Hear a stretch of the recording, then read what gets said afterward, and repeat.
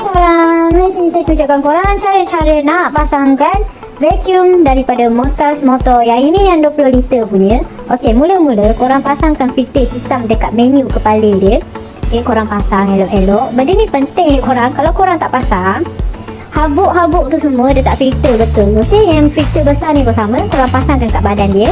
Lepas tu korang just tinggalkan tutup and korang kekatkan kat kiri dengan kanan dia. Okey, senang je. Sekarang ni saya tinggal nak pasang dia punya pemegang tu.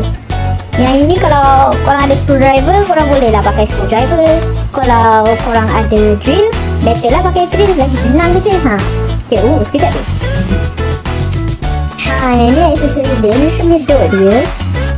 Okay, kat dalam ni memang ada 3 batang penyambung tu. Lepas tu ada buku manual, brush dengan crevice tool. Okay, dah siap. Okay, settle dah. Tu je korang. Bye.